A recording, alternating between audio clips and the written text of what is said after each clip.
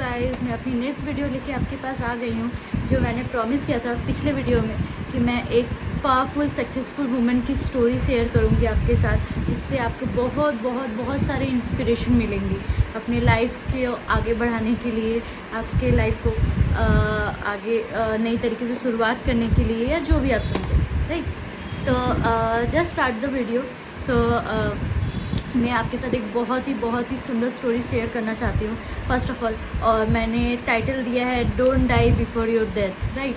तो इसका मतलब क्या होता है, हम लोग पहले ही क्यों मर जाते हैं। एक दिन तो सबको ही जाना है, बट हम लोग अपने मौत से आगे ही अपने आप को डेथ समझ लेते हैं। वाई?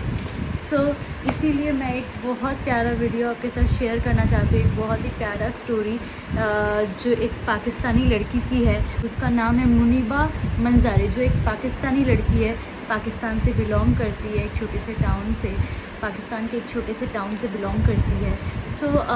जब वो 18 साल की थी तब उनके फादर ने उनकी शादी करा दी।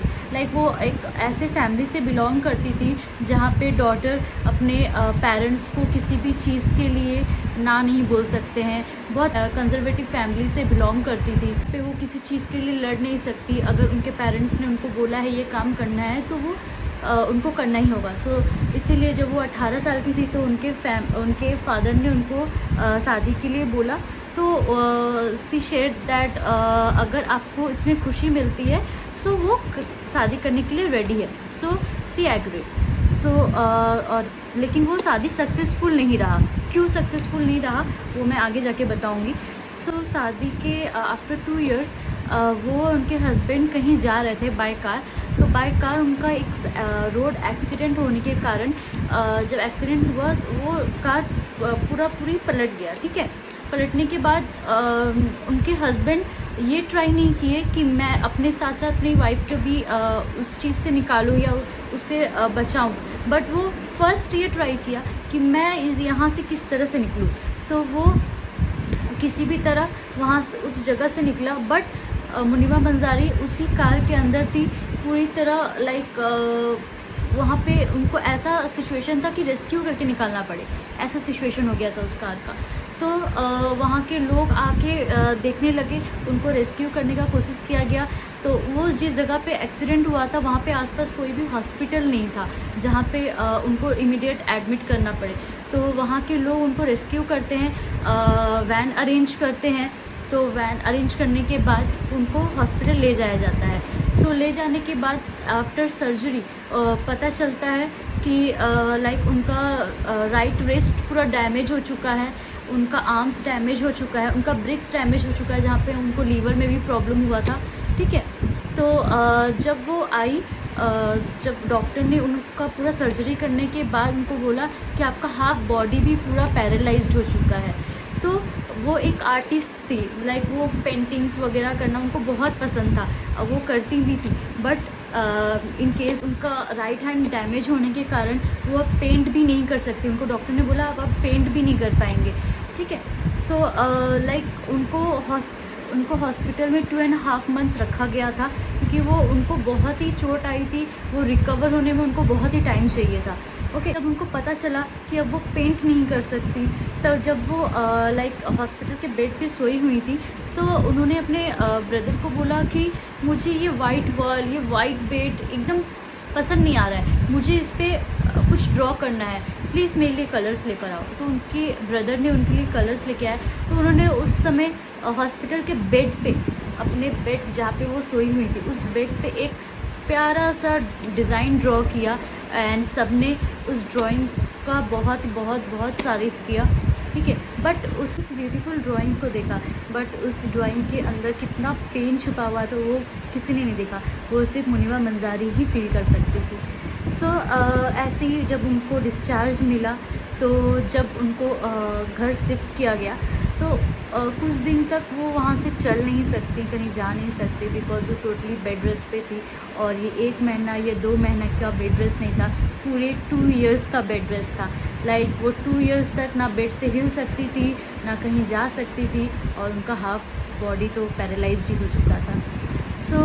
2 इयर्स तक उन्होंने लाइक ऐसे स्पेंड किया एक रूम पे जब वो विंडो से देखती थी लगता था कि लाइफ कितना ब्यूटीफुल है और सब इस लाइफ को लेके भी खुश नहीं है। और आज जब वो घर के अंदर है, वो कहीं निकल नहीं सकती, बाहर का दुनिया देख नहीं सकती, तो उन्हें ये मतलब समझ में आ रहा है कि एक लाइफ कितना ब्यूटीफुल होता है, जो आज हम लोग उसको लेके खुश नहीं रहते हैं सब कुछ होने के बाद भी। सो ज़रूरी नहीं है कि हम लोग को पैसा ही खुशी दे, बट हमारा हमने जो बॉडी पाया है, हम आज जा सकते हैं, खा सकते हैं, खेल सकते हैं, कुछ कर सकते हैं, बट जो पैरालाइज्ड है, जो सब कुछ अपना खो चुकी हैं, वो कैसे हो सकता है खुश, राइट। सो उन्होंने अपने मदर को बोला कि मेरे जीने की अब कोई तो रीज़न नहीं रह सकती, कि मैं पूरा डैमेज हो चुकी हूँ, मैं कहीं आ जा नहीं सकती। और हालांकि वो ऐसे डैमेज हुई थी, लाइक वो कभी भी एक बेबी को जन्म नहीं दे सकती, बर्थ नहीं दे सकती। एक वुमेन के लिए एक बेबी को जन्म देना एक बहुत ही इम्पॉर्टेंट है उनकी लाइफ के लिए, राइट। सो वो भी नहीं कर सकती। सो उनके लाइफ में सब कुछ ख़त्म हो चुका था, और प्लस उनका डिवोर्स भी हो चुका था, बिकॉज़ अब तो वो अपना लाइफ को बढ़ा भी नहीं सकती थी कि उनके हस्बैंड ने उनसे डिवोर्स भी ले लिया था। तो उनके लिए जीने का कोई कारण ही नहीं था कि वो किसके लिए जिए, क्या करे। वो कुछ कर नहीं सकती, वो कहीं जा नहीं सकती, अपने लिए उनको किसी और पे डिपेंड होना पड़ेगा, उनके मदर पे, उनके फादर पे, उनके ब्रदर पे, उनके ऊपर डिपेंड होना पड़ेगा। सो ये चीज़ उनको एकदम ही पसंद नहीं था।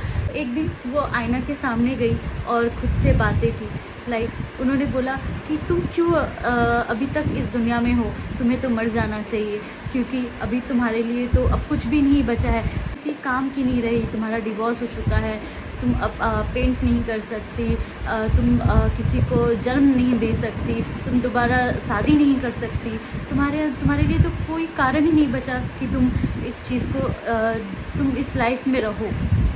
सो उन्होंने एक लिपस्टिक लिया, ये लिपस्टिक लेने के बाद अपने लिप्स पे एक कलर लगाया लिपस्टिक का। सो उस लिपस्टिक को लगाने के बाद उसने इरेज कर दिया that you don't deserve it, क्योंकि लोग क्या कहेंगे, इसीलिए। फिर उन्होंने अगेन वो लिपस्टिक वापस लगाया, बोल रहा है इस बार जो मैंने लिपस्टिक लगाया वो खुद के लिए लगाया, किसी और के लिए नहीं। सो अब मैं जीऊँगी तो खुद के लिए जीऊँगी, किसी और के लिए नहीं। सो उनकी लाइफ में 3 फियर थी। सबके लाइफ में अलग अलग डर होता है जिससे लोगों को लड़ना होता है, तो उनके लाइफ में ये 3 डर थी जो उन्होंने एक बुक पे लिखा हुआ था। तो फर्स्ट फियर था वो था डाइवोर्स। वो उनका एक डर था कि उनका एक डाइवोर्स हुआ है। सो उस समय उन्होंने उस फियर से भी लड़ा। उन्होंने अपने पार्टनर को टेक्स्ट किया जब उन्होंने सुना कि उनके पार्टनर ने वापस शादी की है, तो उन्होंने एक टेक्स्ट किया, बी हैप्पी, तुम हमेशा खुश रहो और अपनी लाइफ को अच्छे से जियो। तो ये करने के बाद उनके अंदर एक स्ट्रेंथ आया, वापस उस फियर को उन्होंने हटा दिया। उसका सेकंड फियर था कि अब वो किसी बेबी बॉय या बेबी गर्ल को जन्म नहीं दे सकती थी। सो उन्होंने बोला सो व्हाट, इस दुनिया में ऐसे बहुत सारे बच्चे हैं जिन्हें एडॉप्शन की ज़रूरत है, सो मैं एडॉप्ट करूँगी।